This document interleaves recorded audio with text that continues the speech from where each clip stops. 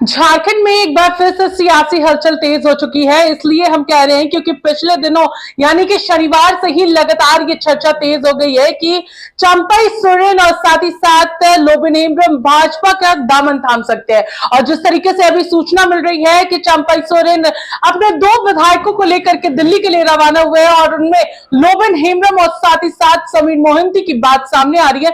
इन सभी चीजों को लेकर हम बातचीत करेंगे जेएमएम के प्रवक्ता मनोज पांडे से और इनसे सारी चीजों पर जानकारी लेंगे।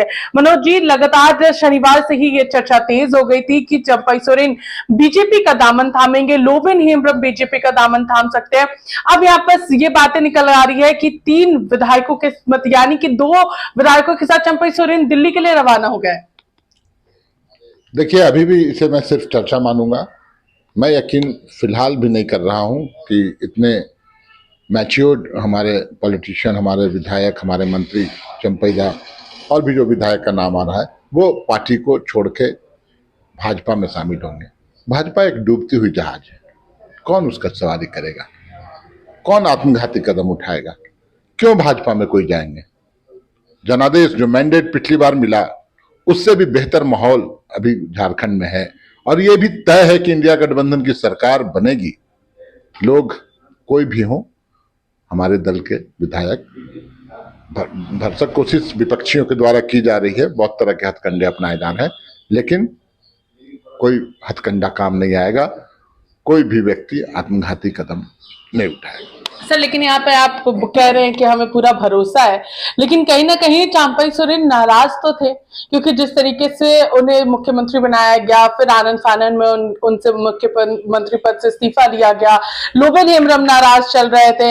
लेकिन इन सारी चीजों को लेकर ऐसा नहीं लग रहा है कि सब एक दूसरे से कनेक्ट कर रही है चीजें?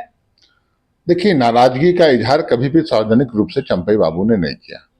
चंपई बाबू पुराने साथी रहे हैं और मैं फिर एक बार बोलूंगा कि जो लोकप्रियता हमारी पार्टी, हमारे नेता हेमंत सोरेन जी को मिली है अपने क्रियाकलापों के द्वारा, और जो भी व्यक्ति इस फोल्डर में रहेगा वो खुद ब खुद मजबूत रहेगा।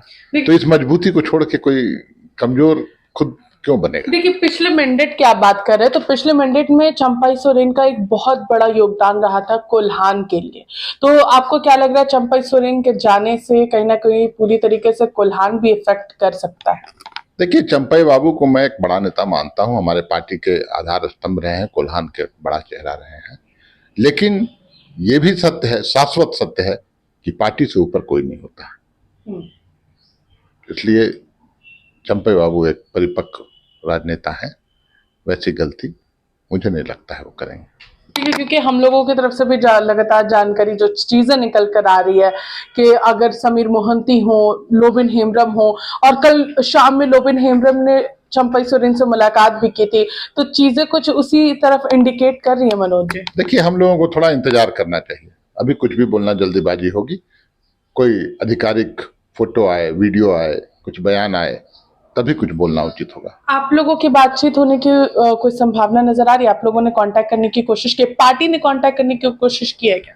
देखिए, हमारी पार्टी में उसके लिए वरीय नेतागण हैं, हमारे अध्यक्ष हैं, उपाध्यक्ष, कार्यकारी अध्यक्ष हैं, और इन सब चीज़ों पर उनकी नज़र निश्चित तौर पर होगी और उनके बीच बातचीत हुई नहीं हुई इसकी जानकारी मुझे नहीं है। देखिए, तो ये थे हमारे साथ मनोज पांडे, जिन्होंने कहा कि अभी फिलहाल इस पर मैं चर्चा ही इसे मानता हूं क्योंकि अभी तक कोई भी ऑफिशियल फोटो या ऑफिशियल बयान उनकी तरफ से नहीं आया है। लेकिन लगातार जिस तरीके से खबरें सामने आ रही हैं कि चंपई सोरेन अपने 2 विधायकों को लेकर के दिल्ली रवाना हुए और बताया जा रहा है, सूत्रों के अनुसार ये खबरें सामने आ रही है कि लगभग दोपहर के समय में चंपई सोरेन की बीजेपी नेताओं के साथ मुलाकात हो सकती है। फिलहाल इस खबर में बस इतना ही। सहयोगी सुशील के साथ में पूजा दुबे, 99 न्यूज, रांची।